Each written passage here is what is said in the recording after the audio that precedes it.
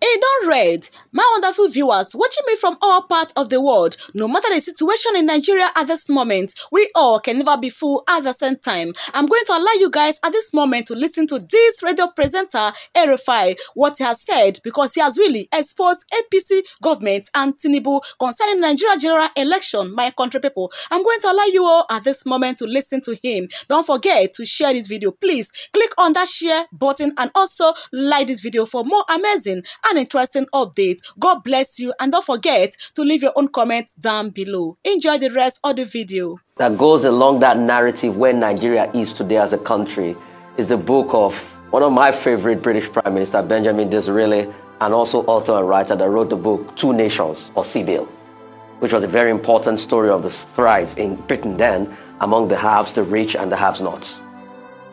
Congratulations to Bola Ahmed Tinubu, his president-elect. The city boy has finally done well in the big city. Give him all his flowers. He got in there in the nick of time. He said, "Emilo come." He's president-elect today. Give him all the flowers. Give him all the accolades. Congrats to him. But how did he win? He won an election that was very divided. That INEC broke its own laws, pure and simple. He won an election where INEC reneged on his own promise. And people started talking, but INEC wouldn't listen when it's been showed he broke his own laws. INEC said, "I will hurriedly go ahead," but people pointed to INEC that he broke his own laws. There are sections 60 of the Electoral Act that deal with transmission of results. People now are making the argument, INEC guideline. Is INEC guideline a law? Let's not deceive ourselves. The guidelines were there and they are laws to be used for the elections. If there were no guidelines, if people are asking, is guideline a law? Why can't people just come to the polling units and do anything they want if there are no guidelines on how they should vote? Because the argument now is very funny. And the law is the law and the guidelines. And section 160 of the Nigerian Constitution, with a proviso, says that INEC can make his own laws without needing approval from the president. It is there. So INEC went ahead to break its own guidelines by not transmitting results. It's as simple as that. And that is the context here. I keep hearing people talking about 25%. That's a red herring. The substantive issue here is that did INEC violate its own guidelines? When people argue all sorts, I ask them, please, for those that went to vote, if the guidelines do not matter, you just try thumbprinting your hands in such a way that you thumbprint one in one party and you use another hand to thumbprint another one in one party. The votes are invalid, isn't it? Yes. So that's the way it's a nullity. As long as you do not transfer, it's a nullity. Also, the capacity to be able to challenge another array count is there in section 71 of the Electoral Act. These things are expressly stated there. As long as you do not follow it, it's a nullity. But the court will be the one to decide that. But these are the laws of the land. I mean, Dr. Abbott, you were chief marker, examiner, lecturer par excellence for so many years. If I was in your literature class, and you gave me an examination, Dr. Abati, and you say answer 2 out of 4, and I answer 4, what would you do? Are you not going to cancel the 2 I answered and mark the only 2 that you stipulated I should answer? These arguments are crystal clear. But you know, when you call 13 lawyers in a room, you have 13 different opinions. But it is the Supreme Court, and it's incumbent on the Supreme Court to reinforce the trust of the people. For the 25%, oh, this reminds me of 1979.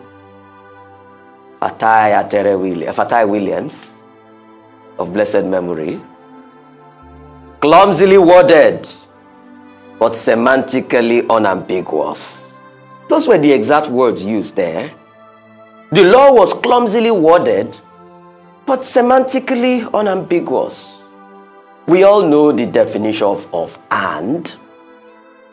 The 1979 Constitution that cascades down to the 1999 Constitution.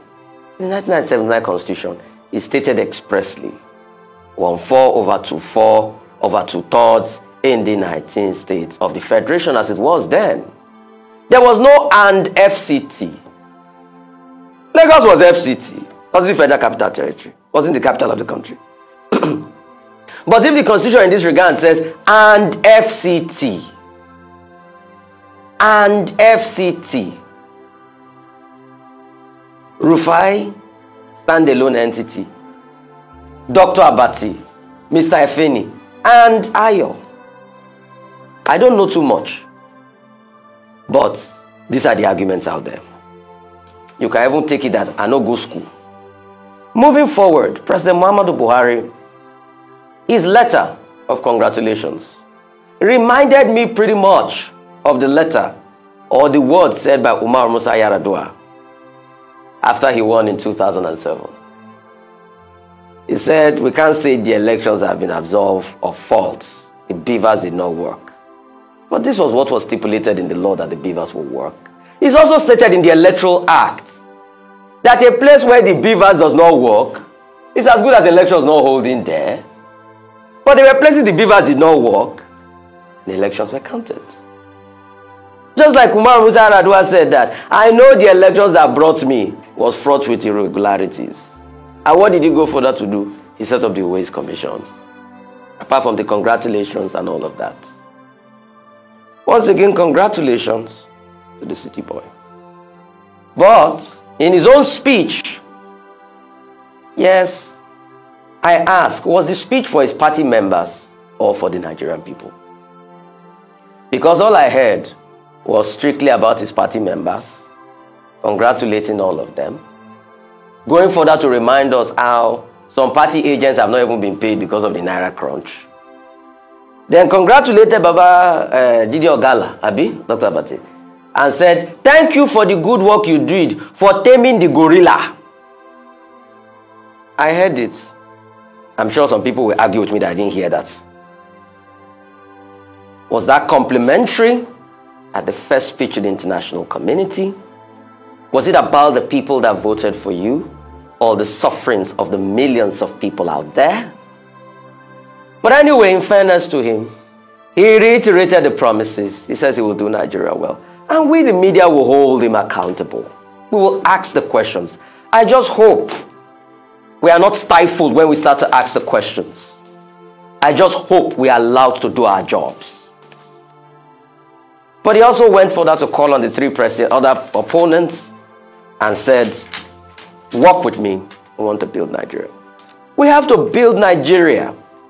And congratulations to him, because whatever we might say now, pending any, legal case, he's our president-elect. And he has become for all of us now. He has become the #1 statesman.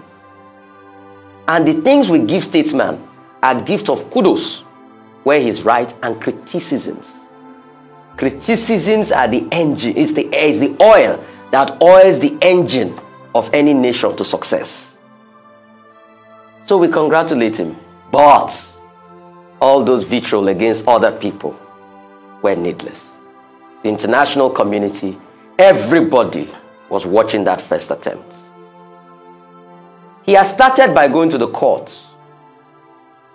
So we might as well continue the legal battle, because the case was filed, like Dr. Abati said, in Kano yesterday, and the legal fireworks have opened. It is going to be a lot of long nights of litigation, and lawyers will be richer than anything else. I'm sure they are sharpening everything, getting ready. They have a right to earn their decent pay, please, don't get me wrong. But the big question will be, our national anthem says to build a nation where peace and justice shall reign. The question on our table as Nigerians this morning, and kudos to you, hard-fighting Nigerians, that came out to believe in this country once again, despite all that has happened, because you are the real heroes. Whatever mandate is the mandate of you, the Nigerian people. But I leave you with this. Have we built a country where justice shall reign to be able to beget peace? If we have not built that country, I'd like to quote the words of Che Guevara. Hasta victoria me sempre.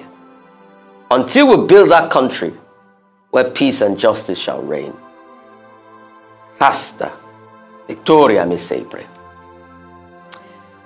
Well, the two main opposition parties, the